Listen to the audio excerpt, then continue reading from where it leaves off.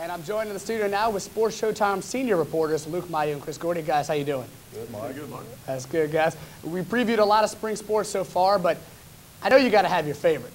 You know, if you're looking for one sport this spring to look forward to, what is it? Believe it or not, I'm looking forward to gymnastics. The SEC is loaded, as it is in most sports. I know this is customary, but the real talent is on the mat. And we didn't get to play Georgia in football, but this weekend there's a huge matchup, top 10, and it's on national TV, ESPN2. So I'm checking that out this weekend. I'm looking real forward to seeing how the Tigers gymnastics team is going to do this season. Yeah, 4 out of the 5 teams in the top 5 from the SEC. Incredible. Definitely going to be impressive. Gordy, how about you, man? I think I know where you're going with it on this one. Well, Mark, you know I'm a baseball guy. I got to go with baseball. I mean, you look at this class. I mean, after last year's less than impressive season, the baseball team's already ranked 30th preseason according to the 2008 Collegiate Baseball Magazine. They got the #1 recruiting class in the nation. They had 9 guys that were drafted by the major leagues last year, decided to forego big time, big money, to come and get a college career at LSU. They got 10 position players with starting experience coming back, including their 2 freshmen All-SEC guys and Blake Dean, Chun Ochinko. They got a great leader in pitcher Jared Bradford. Pretty young pitching staff, but they should be able to get it going. You look at the season, they've got 17 games against teams ranked in the top 40. Should be a great year. I think Coach Palminary's finally got this team ready to go back on a trip to Omaha. Yeah, you look at all the experience they have, plus the incoming freshmen, that recruiting class Lizzie mentioned earlier, got to be exciting for Tiger fans going out to Alex Box. Absolutely. Moving on, guys, we got John Brady, and many people think his job is in serious jeopardy. He may already have one foot out the door. Guys, when you think of the John Brady legacy at LSU, is he done? I mean, is he done? And if he's done, what's your thought process when he leaves? Gordy. Mark, I got to go back. You look at the numbers. And the fact is, John Brady runs players off. He's only graduated 13 guys in his 11 years as a coach. That's about 1 player a year.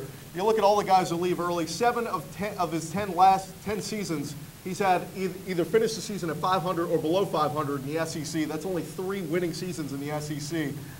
He's only got the 1 Final Four run to his credit.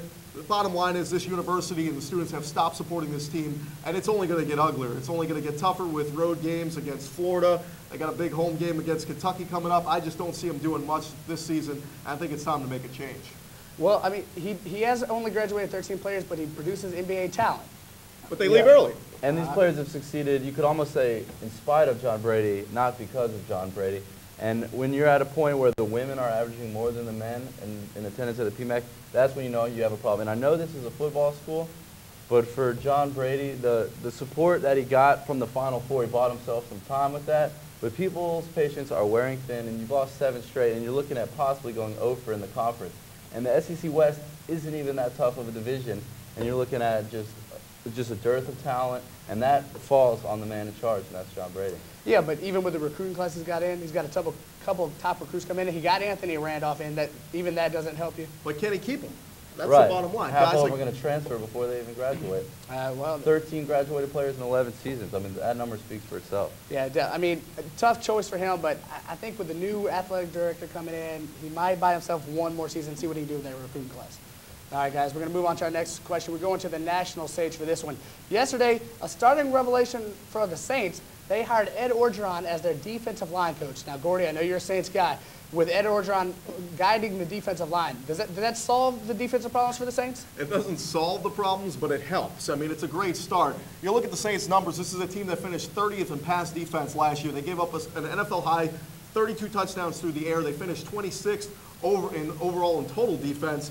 The bottom line is he's got some great talent to work with on the line in the ends, and Charles Grant, Will Smith. There's not much in between. Brian Young's getting old. Hollis Thomas is getting up there in age. And you look at the secondary, and you can't say the name Jason David without laughing. I mean, the guy was pretty much a joke the whole season. So they obviously have to address that. I think you keep David, but you need to go out there and get a big-name free agent and draft a cornerback because there's just so much talent out there in the NFL wide receiver that they need to shore up that secondary and get it a little bit better. So you think Asante Samuel's the guy they go after? Asante Samuel, I think maybe a big-time linebacker like Lance Briggs. All right, Luke, what are you thinking?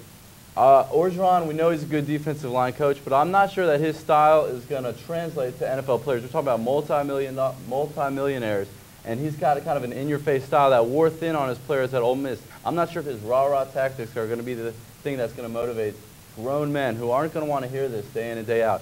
And also, the defensive line wasn't the problem. It was the secondary that has hampered the Saints all this time.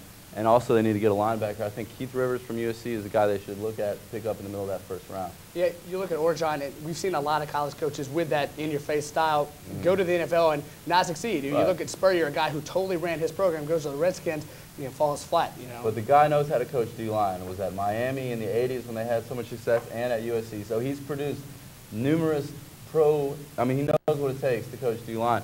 But I'm still not sure if that style is going to translate to the NFL. Saints need all the help they can get, especially on the defensive side of the ball.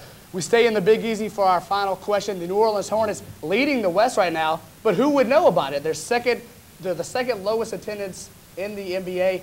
Their coach, Byron Scott, might coach the Western All-Stars. Gordy, I mean, if you're a New Orleans resident or even a Baton Rouge resident, why aren't you going to see the Hornets? I mean, the bottom line is, Mark, it's a great team. They've got a great team in New Orleans. It's just the fans need to come out and support them. There's 3 reasons to go see a game. Chris Paul, and Chris Paul. He's by far the best point guard in the NBA. You mix him with Tyson Chandler and David West. They're unbelievable, the 3 of them together. Tyson Chandler and Chris Paul were both averaging double-doubles there for a little while. I think they're one of the most talented teams, and I think now people are starting to take them seriously, that they're beating teams like the Suns, the Mavericks, maybe even the Spurs. So they're at the top of the West right now. Let's see if they can carry this on through the rest of the season. Luke, do you think the Hornets can keep their momentum up going into the All-Star break and throughout? I think as the Spurs get back to health, Dallas gets their momentum going, it's going to be a tough road, but they're definitely a lock in that top 4. They look like solid contenders for the Western Conference, and Chris Paul's got to be your MVP frontrunner right now, averaging 20 points, 10 assists. That is unprecedented. If he finishes out the season, it'll be the first time in NBA history someone's done that. And also Byron Scott's a Coach of the Year candidate for sure. Yeah, definitely. A lot of people saw a promise in this team, but you look at the Trailblazers, the Hornets are just taking it one step further, and we'll see if they can keep it going throughout the season. Thanks a lot, guys, for coming in. Thanks, We're going to wrap things up after this. Tatum and Lizzie and I will be back after this. This is LSU Sports Showtime.